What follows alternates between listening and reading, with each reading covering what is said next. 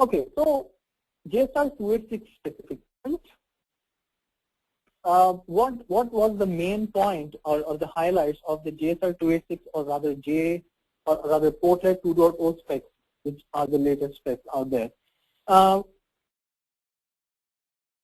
to JSR 286, with JSR 168, the main concern was, if your two fragments were to communicate with each other. So for example, consider you are on the intranet site and you want to search for some content. So what typically happens is the search dialog, the various fields, they are one portlet, and the result comes in to another portlet. So you have two different portlets.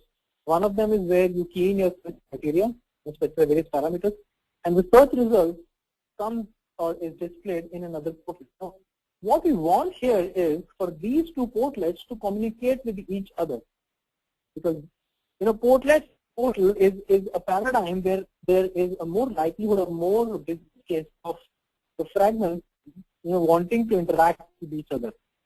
Now the problem before JSR 286 was, of course, portlets did integrate and communicate with each other, but this communication was not mentioned or specified as a part of specs, which meant that almost all the portals did it in a proprietary manner, which further meant that, let's say if I wrote a portlet and I wrote a JSR 168 portlet and my portlets were doing eventing, and I created those portlets for IBM WebSphere portal.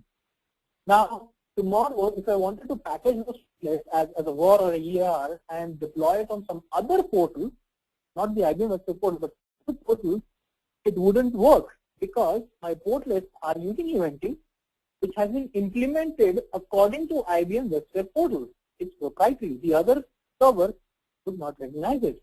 And this was a big problem because, as I said, eventing or coordination was a key requirement,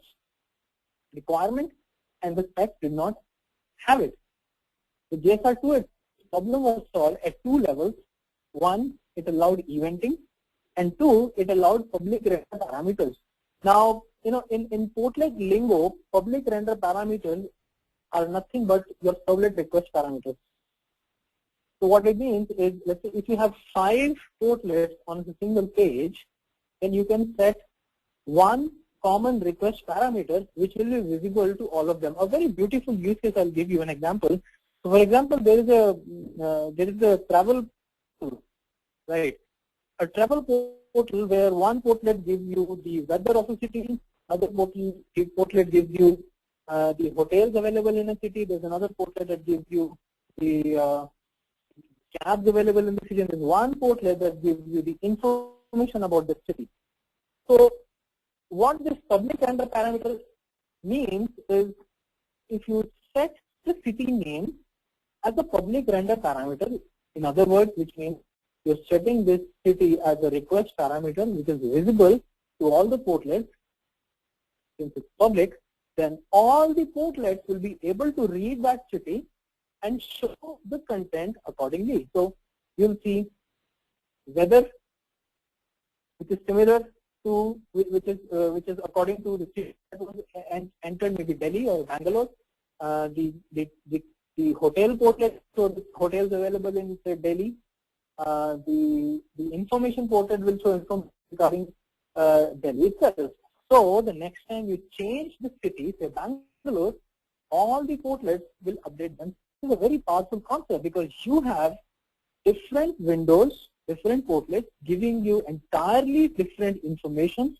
It has nothing to do with each other, but with a single request parameter, public render parameter, you can make all of them work in a coordinated manner.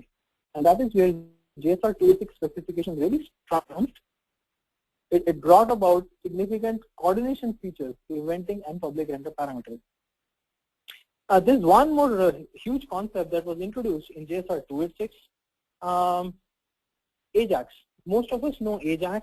You require URL in AJAX, so you can hit that URL and get a partial response.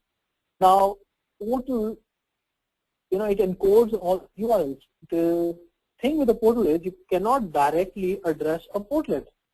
You can directly address a servlet using various ways. For example, in a form, you can mention which servlet you want to hit. You do not have that luxury with portlets and portals. Now, what JSR-286 did using resource serving was it, for the first time, allowed you to address a particular portlet.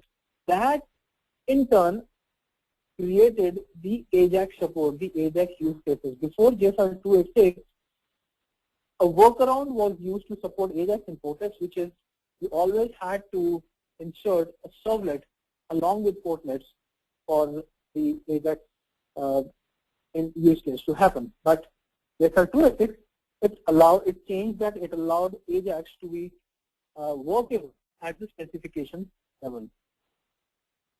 A quick reference to the composite capability preference profiles, which is CCPP profile or CCPP support, which essentially gives or allows you to have information regarding the client. So now this is a very significant feature. Now that we are developing portal and portlets for mobile devices, I, as a portlet developer, can use the CCPP profile to not only know what the request is coming in from, but also know the kind of device it is coming in from. So I can distinguish between, if it is an Android device, I can even distinguish between the resolution, the screen size. I can go down to that level. So in that sense, the CCPP profile gives me a lot more detail about the client and allows me to handle the request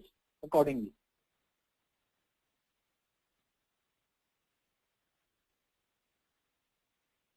Okay, a very quick look at